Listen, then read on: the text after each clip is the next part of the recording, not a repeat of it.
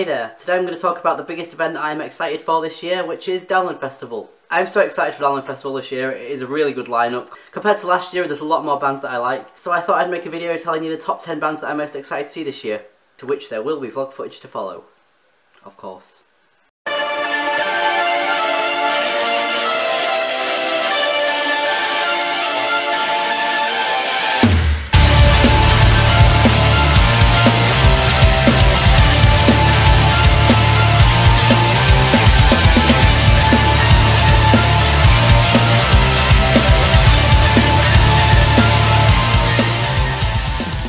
So last year was the first time I've ever been to Download Festival, and I absolutely loved it.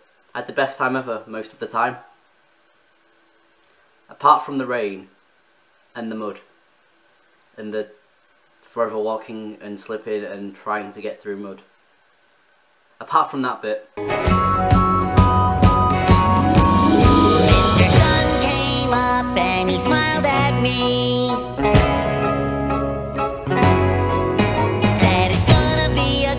Just wait and see. Before the band days even started, the first 2 days were beautiful. It was just getting really wasted in the sun and partying and just going absolutely mental, and it was just great.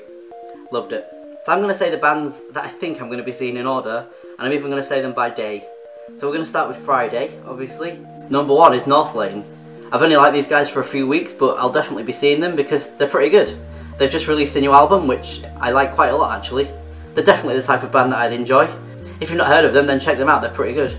Followed by number 2, which is Motionless in White. I haven't liked these guys that long, I'd say about half a year now. I've never seen them live before. I've known of Chris Motionless for a few years, but I've never really checked them out, and when I did I was like, oh, these are actually okay. Why have I not checked these out sooner? Eternally Yours is addictive, I really like it. I even use that song in my intro, if you couldn't tell. Then I've got kind of a big wait until Issues come on later on a different stage. Issues.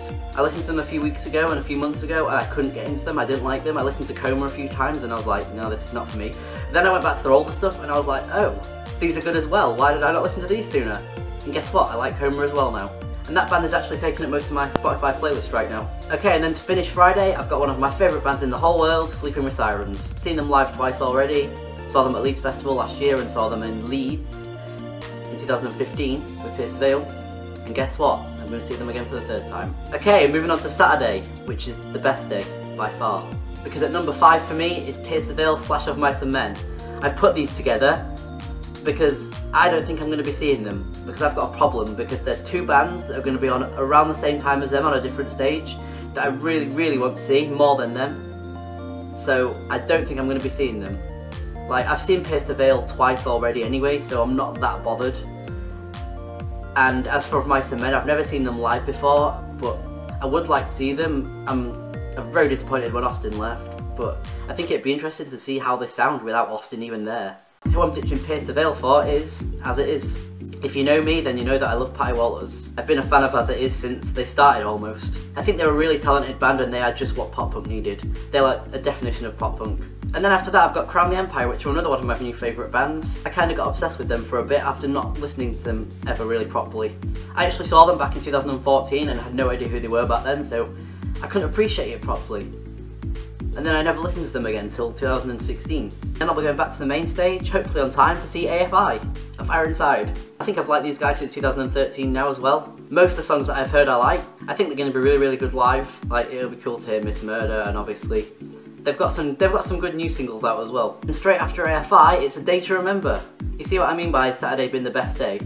Like, I'm not a massive fan of A Day to Remember, I never have been. They've done pretty good for themselves if they're almost headlining Download Festival. I was surprised to see them that high up. I didn't think they were that popular, but that's going to be an amazing show. I think it's going to be a really good experience for seeing them for the first time as well. It's going to give me a real idea of how good they are live. And I've heard very good things about them as well. And then of course we've got Biffy Clyro after A Day to Remember, which aren't in my top 10, but I will be seeing them because, yeah, I like a few songs by them. And then moving on to Sunday. Sunday is the smallest day for me because there is literally no bands that I like on that day. I actually like to listen to bands to try and get into them, and it's not going that well. I've actually got a band to see on the 4th stage which are called Like a Storm. I started listening to them a couple of months ago. I've not listened to them that much, but what I have heard from them, they're really good. They're kind of like heavy, but they've also got a didgeridoo, which is awesome. They play a fucking didgeridoo while being heavy, and it's such a good combination. Alright, and that was the 10 bands that I'm most excited to see at Download Festival.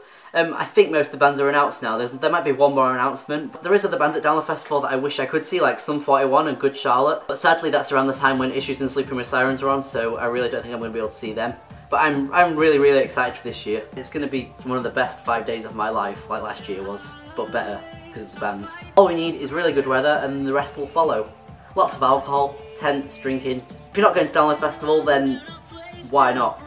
It's amazing. So I hope you liked this video. If you didn't, then you're most likely into heavy metal and you think I'm a complete emo faggot right now. But they are the bands that I like the most, and they are the bands that are going to make Download Festival amazing for me.